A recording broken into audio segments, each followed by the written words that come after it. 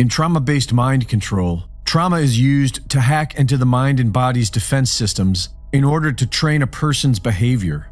This is accomplished in 3 steps. In step 1, the victim's identity is destroyed. This is achieved by depriving the victim of their basic needs and inflicting pain upon them until they become exhausted, confused, and disoriented. In this state, they no longer trust themselves and become receptive to guidance from an outside authority. Step 2, through a strict system of rewards and punishments, the victim is imprinted with a new identity. The new identity is trained to self-isolate by having it denounce everything associated with the previous identity. And finally, with step 3, through the continued use of trauma, the rebuilding of the victim's new self is crafted and maintained however the mind controller chooses. For this to work, the subject must remain oblivious to the fact that they are being trained. This is accomplished by keeping them in a helpless victim state of mind with the use of trauma. The entire method requires regular ritualistic abuse to keep the target in the victim state. Declassified documents show how drugs and sensory overload are used to inflict trauma upon the public. But high-level slaves are often procured from families with an established history of child abuse. Intergenerational or multi-generational trauma abuse is when a person abuses their child, and that child grows up to abuse their child, and that person grows up to abuse their child, and so on. This increases a person's susceptibility to trauma-based mind control. Experiments with mice have shown that the offspring of a traumatized pregnant mother are born depressed and exhibit problems socializing with others.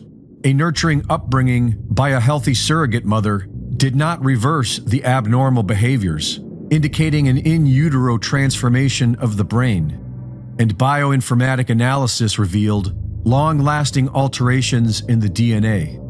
This is why the CIA is known for targeting children from families of multi-generational child abuse. They are easier to mind control. This is why world leaders are all from the same bloodlines. This brutal technique has been used and understood for centuries. And if a group of people vying for power wanted a loyal army of soldiers, the easiest way would be by breeding them. And the evidence shows that this is how our society was created. From the middle of the 19th century and well into the next, hundreds of thousands of orphans were distributed and sold in the United States, and millions worldwide. They were advertised, delivered by train, and sold at fairs. In America, these orphans were being managed and distributed by a private organization from Britain known as the Oddfellows, many of whom were orphans themselves. The Ancient Order of Oddfellows is an international fraternity whose members, such as Albert Pike and several U.S. presidents during the orphan train years, were often members of Freemasonic lodges as well. With their first official lodge in the United States established in 1819, the Oddfellows are officially committed to educating orphans, but they seem to have been procuring them and breeding them as well. The Oddfellows' first female chapter, the Daughters of Rebecca, was founded right before the orphan trains began, and a depiction of their work shows hints of mass breeding and surrogate motherhood. They worked closely with the Oddfellows at large institutions known as orphan asylums and foundling asylums, where many members themselves were born. The Rothschild banking dynasty provided funding for several of these orphan asylums.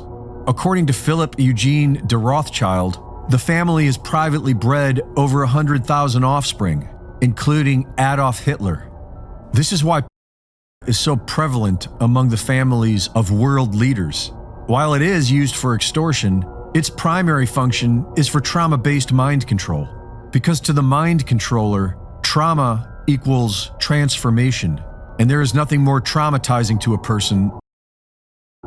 If you had 1 million mind control slaves placed in positions of power, then you could control entire nations, but only if the masses were also kept in a relative state of trauma.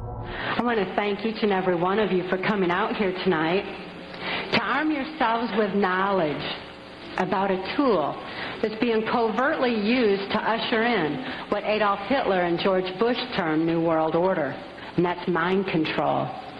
a new world order, a world where the rule of law, not the law of the jungle, governs the conduct of nations. Trauma-based mind control can be traced back for millennia, but we can find its research in modern times in the Tavistock Institute of London and the Kaiser Wilhelm Institute of Germany. The Nazis were studying occult families engaged in multi-generational. They found that children were receptive to external mind control and could develop enhanced physical abilities such as photographic memory, physical stamina, and up to 44 times visual acuity. They were raising children in laboratories to create a super race of humans. Operation Paperclip was a secret program where the U.S. imported more than 1,600 Nazi scientists after World War II, some of whom went on to continue their work in trauma-based mind control. This information first made its way into the public on August 3, 1977, during congressional hearings into the CIA's MKUltra mind control program. It is interesting to note that Dr. Louis Jolyon West, a leading expert in the CIA's MKUltra program, was also the lead psychiatrist for Jack Ruby, Patty Hearst, Sirhan Sirhan, and Oklahoma City Timothy McVeigh. In 1988, CIA agent Mark Phillips rescued Kathy O'Brien from the MKUltra program. They provided documented testimony for the U.S. House of Representatives Select Committee on Intelligence Oversight in 1995. But for reasons of national security, she was not able to address the congressional committee, so she became a whistleblower. That I developed dissociative identity disorder. It certainly was incomprehensible. There was no place for it in my mind to deal with such horror. Therefore, I developed a compartment in my brain, a little area behind amnesic barriers that was actually the neuron pathway shutting down in my brain in order to compartmentalize the memory of the abuse so that the rest of my mind could function normally as though nothing had happened. This criminal faction of our government was so interested in dissociative identity disordered persons, they knew that any child trauma so horrible that they had to be suffering from that disorder. Therefore, this criminal faction of our government sanctioned this child be ring so that they could identify and target children such as myself for the project. Whistleblower Bryce Taylor has made very similar claims. Kathy O'Brien claimed that her handler, former Klansman and Senator Robert Byrd, was in complete control of her. In 1995, President Bill Clinton's Advisory Committee on Human Radiation Experimentation included testimonies from Congress from child victims involved in trauma-based mind control, who claimed and kept in cages when they were small children. I was a subject in radiation as well as mind control and drug experiments performed by a man I knew as Dr. Green. His objective was to gain control of my mind and train me to be a spy assassin. I was in what looked like a laboratory and there seemed to be other children.